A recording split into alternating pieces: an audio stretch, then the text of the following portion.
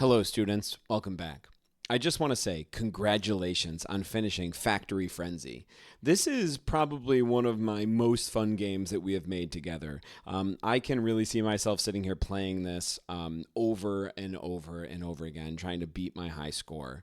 If you're sitting there and you're saying, okay, now what do we do from here? Because we made this game together, but now I want to jump off and maybe make some changes that makes this game my own.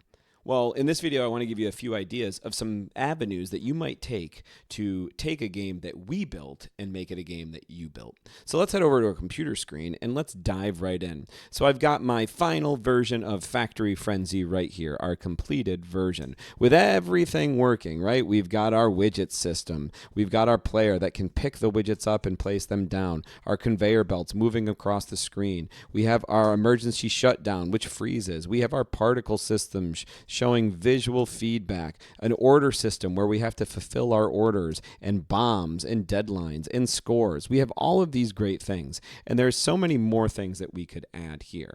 So the first thing I'll say is we could always add more widget types. So we have a red widget, a blue widget, and a yellow widget. We have a bomb widget, we have a shutdown widget, but you could create special widgets like heavy widgets that when you pick them up, you move more slowly and it's harder to move with them. Or you could have a fragile widget where if you pick it up once and place it down, it could potentially break if you picked it up again. You could have a bonus widget that gives you extra time or extra scores if you score it properly. And I think these are all natural extensions here because we have a widget system in place with widget types, movement, and our interaction logic. So that system is already laid there for us.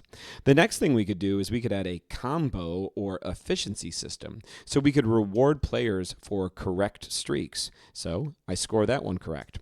All right, so and then I score another correct widget. So there's 2 in a row.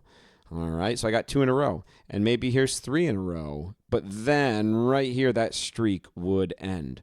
We could reward points for streaks, how many correct widgets we get in a row. We could also reward points for fast completion. So right now, we're not taking into account how much time is left on the deadline when that order gets completed. We could sort of put all this together in like an efficiency rating. And I think this fits pretty well because we already track our score, our order completion, and our player actions over time. So all we have to do is just revamp our score system. Next, we have one power-up right now, our emergency shutdown. But we could add a lot more power-ups. We could add a lot of pickups to this game.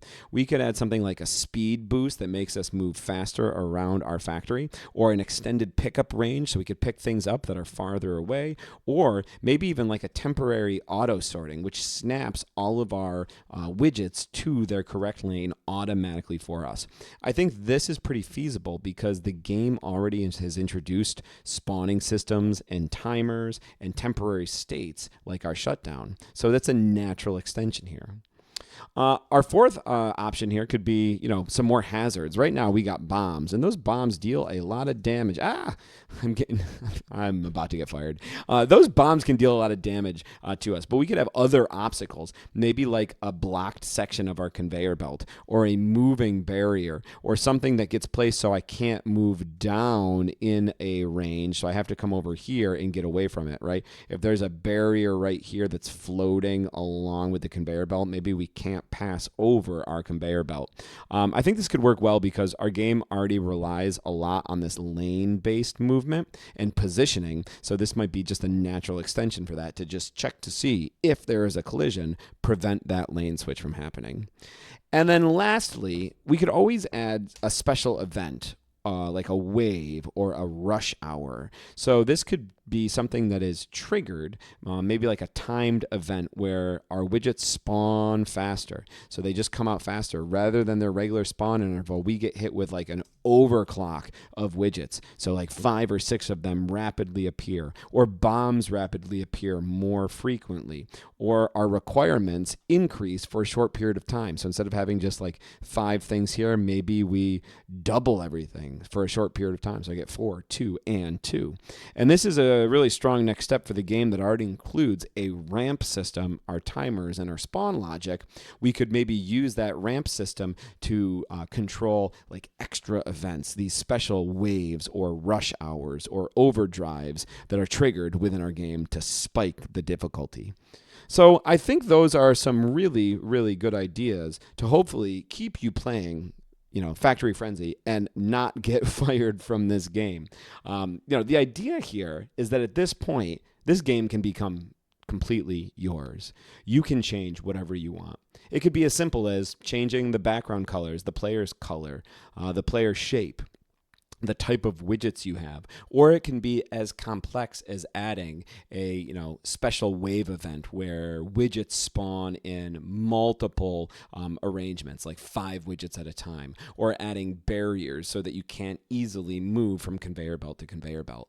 The whole idea, the whole motivation here is to make it feel like you have ownership of this game and that you continue to code and work on this game. Because at the end of the day, it's not just about playing this game, it's about building this game. And that's what I want for you. And hopefully you walk away from these videos going, yeah, I built that, and you feel really good.